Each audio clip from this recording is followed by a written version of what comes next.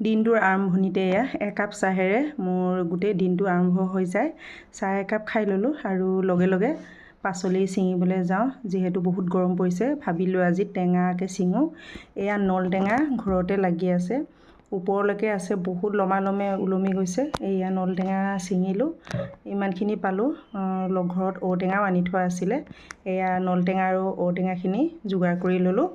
আজি এনেকৈ মাছৰ লগত বনাম।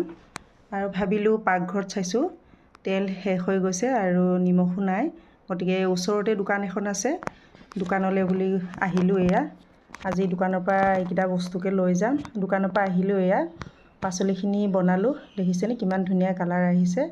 বনাই মেলি বহুত ভোক লাগিলে, ইতিমধ্যে 1টা বাজি পাৰেই হৈ গ'ল। এতিয়া মই এয়া ভাত খাবলৈ লৈছোঁ আৰু বহুত টেষ্টি লাগিছে টেঙা জোল। ঔটেঙাও লগত দি দিছোঁ, নল টেঙা আৰু ঔটেঙা। ৰৌ মাছৰ লগত বনালোঁ। আজি মই এনেকৈ খালোঁ। আজিলৈ আহিলোঁ, বাই বাই।